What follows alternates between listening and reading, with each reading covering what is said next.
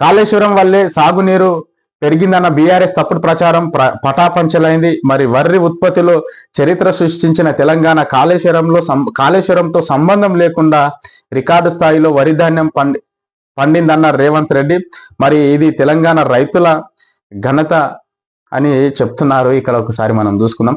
దేశంలోనే వరి సాగు ధాన్యం ఉత్పత్తిలో తెలంగాణ అగ్రస్థానంలో నిలిచింది. పంజాబ్ను అధిగమించి చరిత్ర సృష్టించింది. మరి వానాకాలం సీజన్లో మరి గతంలో ఏనాడు లేని విధంగా 66,077 లక్షల విస్తీర్ణంలో వరి సాగు జరిగింది. ఏకంగా 153 లక్షల టన్నుల వరి ఉత్పత్తి జరిగింది. ఈ నేపథ్యంలో సీఎం రేవంత్ రెడ్డి ఎక్స్ వేదికగా స్పందించారు.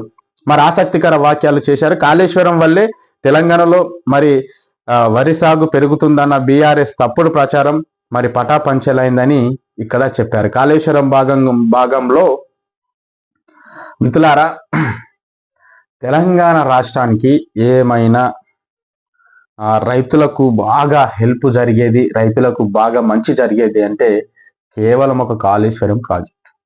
అసలు కాళేశ్వరం ప్రాజెక్టు గురించి ఈ ముఖ్యమంత్రి మాట్లాడుతుంటే సిగ్గుసేట అనిపిస్తుంది. ఎందుకు తెలుసా? కాళేశ్వరం ప్రాజెక్ట్ అనేది ఒక మంచి ప్రణాళికతోటి, ఒక మంచి ప్లాన్ తోటి తెలంగాణ రైతులకు మంచి సాగునీరు అందించాలని కేసీఆర్ గారు కష్టపడి తను ఆ ప్రాజెక్టును నిర్మించారు. అసలు ఆ ప్రాజెక్టు గురించి కూడా కరెక్ట్ అవగాహన లేని వీళ్లకు ఆ ప్రాజెక్టు పైన సెటైర్లు వేయడం అనేది ఇది చాలా తప్పు.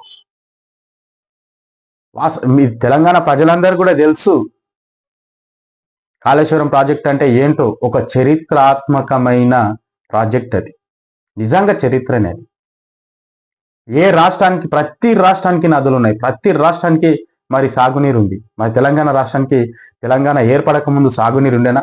కానీ సాగునీటి విషయంలో మాత్రం ఎక్సలెంట్ పాలన చేసింది కేసీఆర్ మాత్రమే.